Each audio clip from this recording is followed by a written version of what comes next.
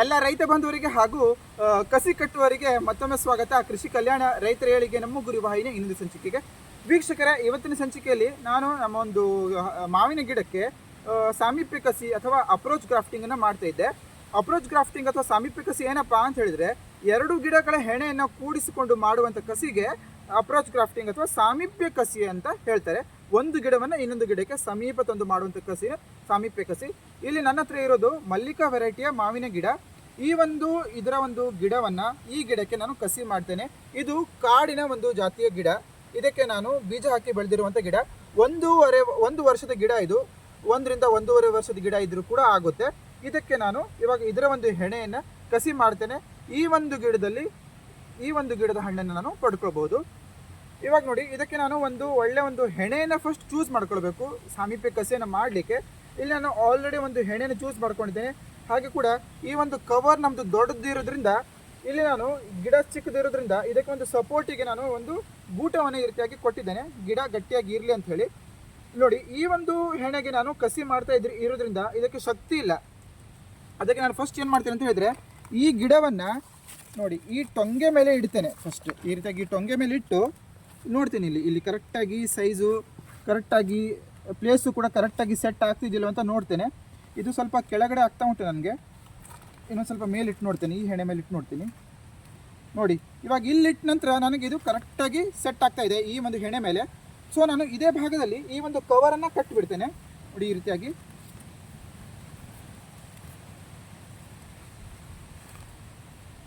ಫಸ್ಟಿಗೆ ಈ ಗಿಡಕ್ಕೆ ಬಳ್ಳಿಯನ್ನು ಸುತ್ತಕೊಳ್ತೇನೆ. ನಂತರ ಇದನ್ನು ಗಟ್ಟಿಯಾಗಿ ಕಟ್ಕೊಂಡು ಬಿಡ್ತೀನಿ.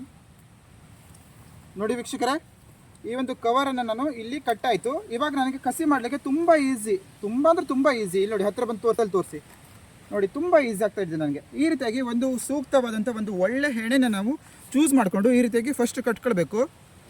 ಕಟ್ಕೊಂಡು ಎರಡು ಜಾಗಗಳನ್ನು ನೋಡಿಕೊಂಡು ನೋಡಿ, ಇವಾಗ ಈ ರೀತಿ ಎರಡು ಜಾಗಗಳನ್ನು ನೋಡಿಕೊಂಡು ಅದಕ್ಕೆ ಒಂದು ಕೆಲಸವನ್ನು ಮಾಡಬೇಕು. ಅದೇನಪ್ಪ ಅಂತ ಹೇಳಿದ್ರೆ, ಇಲ್ಲಿ ನೋಡಿ, ಇಲ್ಲೊಂದು ಸಾಧಾರಣ ಒಂದು ಗಿಡವನ್ನು ತೊಗೊಂಡಿದ್ದೆ ನಾನು. ಸಾಧಾರಣ ಗಿಡ ತೊಗೊಂಡು ಇದರಲ್ಲಿ ಒಂದು ರಫ್ಲಿ ತೋರಿಸ್ತೇನೆ. ಸಾಧಾರಣ ಗಿಡ ತೊಗೊಂಡು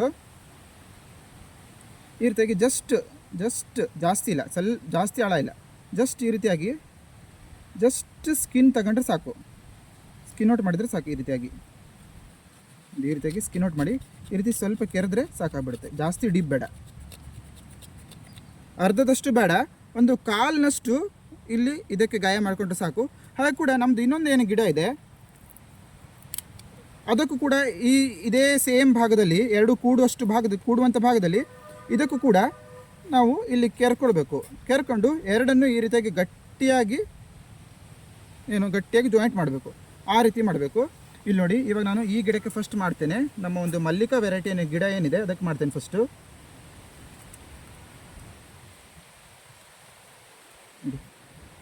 ಜಸ್ಟ್ ಜಾಸ್ತಿ ಬೇಡ.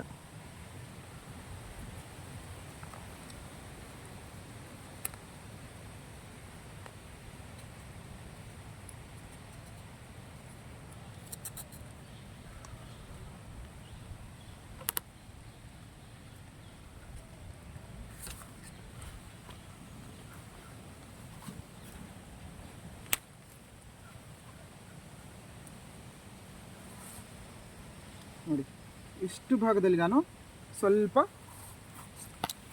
ಕೆರ್ಕೊಂಡಿದ್ದೇನೆ. ಈ ರೀತಿಯಾಗಿ ಒಂದು ಮಾತಲ್ಲಿ ಕೆರ್ಕೊಳ್ಳೋದು ಅಂತ ಹೇಳ್ಬೋದು. ಈ ರೀತಿಯಾಗಿ ಕೆರೆಸ್ಕೊಳ್ಬೇಕು.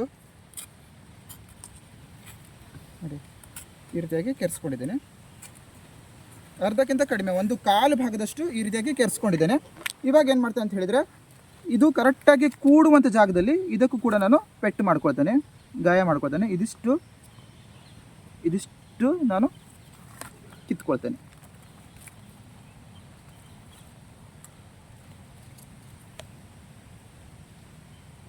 ಇಲ್ಲಿಂದ ಇಲ್ಲಿವರೆಗೆ.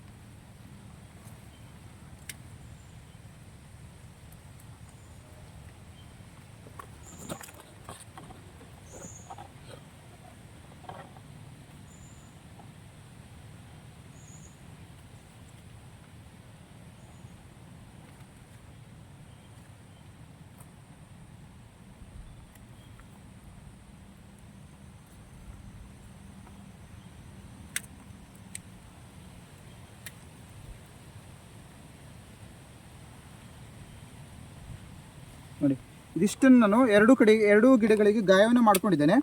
ಇವಾಗ ನೆಕ್ಸ್ಟ್ ಏನಪ್ಪ ಮಾಡ್ತೇನೆ ಅಂತ ಹೇಳಿದರೆ, ನೋಡಿ ಇಲ್ಲಿ ಕೇಬಲ್ ಟೈಗಳಿದ್ದಾವೆ ನನ್ನ ಕೈಯಲ್ಲಿ.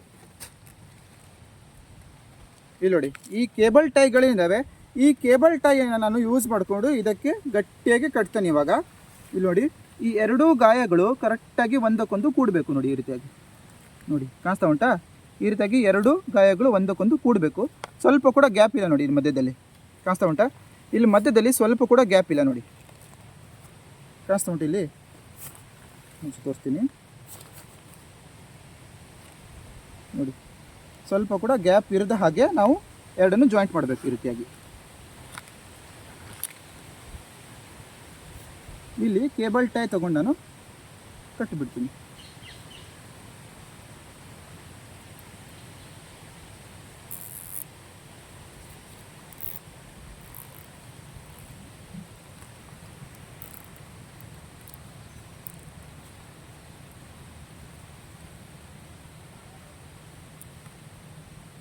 ಫುಲ್ ಟೈಟಾಗಿ ಬಿಗಿಯಾಗಿ ಕೇಬಲ್ ಟೈ ತೊಗೊಂಡು ಕಟ್ಟಿಬಿಡಬೇಕು. ಇಲ್ಲೊಂದು ಕೇಬಲ್ ಟೈ ಆಯಿತು, ಇಲ್ಲಿ ಕೆಳಗಡೆ ಮತ್ತೊಂದು ಕೇಬಲ್ ಟೈ ಕಟ್ತೇನೆ. ಇಂಥ ಒಂದು ಕೇಬಲ್ ಟೈ ತಗೊಂಡು ಇಲ್ಲಿ ಕೆಳಗಡೆ ಸ್ವಲ್ಪ ಕಟ್ತೇನೆ.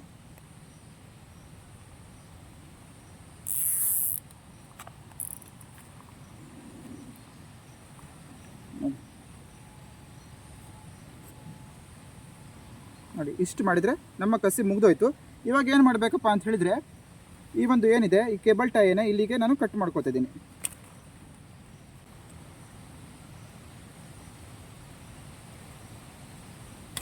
ನೋಡಿ ಇದು ನಮ್ಮ ಕಸಿ ಸಕ್ಸಸ್ ಆಗಿದೆ.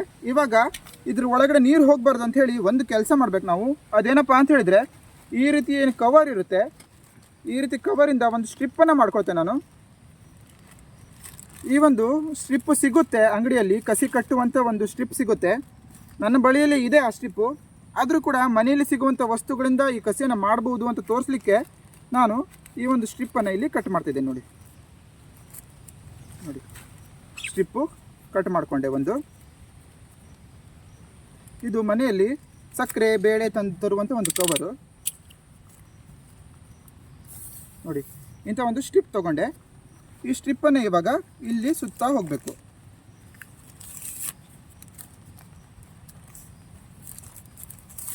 ಎಲ್ಲ ಗಾಯ ಕವರ್ ಆಗಿಬಿಡ್ಬೇಕಿದು.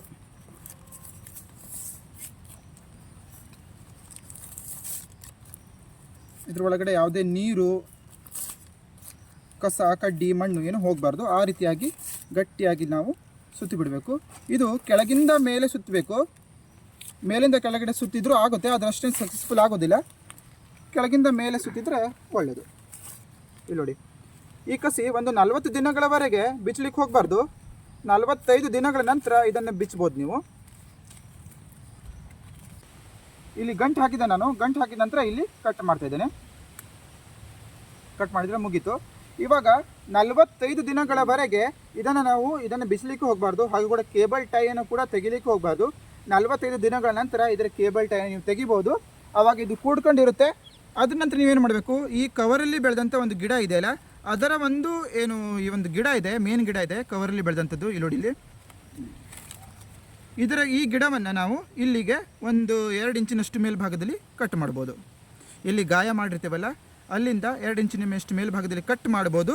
ಹಾಗೆ ಕೂಡ ಈ ಒಂದು ಮೇನ್ ಗಿಡದಿಂದ ಒಂದು ಏನು ಬಂದಿದೆ ನೋಡಿ, ಈ ಒಂದು ಹೆಣೆ ಬಂದಿದೆ ಇಲ್ಲಿ, ಈ ಹೆಣೆಯನ್ನು ಕೂಡ ಇಲ್ಲಿಗೆ ಕಟ್ ಮಾಡ್ಬೋದು. ಏನು ಗಾಯ ಜಾಯಿಂಟ್ ಆಗಿರುತ್ತಲ್ಲ ಅಲ್ಲಿಂದ 1.5-2 ಇಂಚಿನಷ್ಟು ಕೆಳಭಾಗದಲ್ಲಿ ಇಲ್ಲಿ ಕಟ್ ಮಾಡಬೇಕು. ಹಾಗೆ ಕೂಡ ಈ ಗಿಡವನ್ನು ಇಲ್ಲಿ ಮೇಲ್ಗಡೆ ಕಟ್ ಮಾಡಬೇಕು. 2 ಇಂಚಿನಷ್ಟು ಮೇಲ್ಗಡೆ ಕಟ್ ಮಾಡಿದರೆ ಈ ಕಸಿ ಸಕ್ಸಸ್ಫುಲ್ ಆಗುತ್ತೆ. ಈ ಒಂದು ಗಿಡದ ಒಂದು ಡೂಪ್ಲಿಕೇಟ್ ಗಿಡ ನಿಮಗೆ ಈ ಕವರಲ್ಲಿ ಸಿಕ್ಬಿಡುತ್ತೆ. ಹಾಗಾದರೆ ವೀಕ್ಷಕರೇ, ಇವತ್ತಿನ ಸಂಚಿಕೆ ನಿಮಗೆ ಇಷ್ಟ ಆಯ್ತು ಅಂತ ಭಾವಿಸ್ತೇನೆ. ಇವತ್ತಿನ ಸಂಚಿಕೆ ನಿಮಗೆ ಇಷ್ಟ ಆದರೆ ಪ್ಲೀಸ್ ಒಂದು ಲೈಕ್ ಕೊಡಿ ನಮಗೆ. ಹಾಗೆ ಕೂಡ ಇನ್ನೂವರೆಗೆ ನಮ್ಮ ಚಾನಲ್ ಸಬ್ಸ್ಕ್ರೈಬ್ ಮಾಡಿಲ್ಲ ಅಂದರೆ ದಯವಿಟ್ಟು ಸಬ್ಸ್ಕ್ರೈಬ್ ಮಾಡಿ, ನಿಮ್ಮ ಫ್ರೆಂಡ್ಸ್ ಜೊತೆ ಫ್ಯಾಮಿಲಿ ಜೊತೆ ಶೇರ್ ಮಾಡಿ ವೀಕ್ಷಕರೇ. ಇನ್ನು ಮುಂದಿನ ಸಂಚಿಕೆಯಲ್ಲಿ ಸಿಗೋಣ. ಅಲ್ಲಿವರೆಗೆ ನಗ್ತಾ ಇರಿ, ಖುಷಿಯಾಗಿರಿ. ಟೇಕ್ ಕೇರ್, ಬಾಯ್.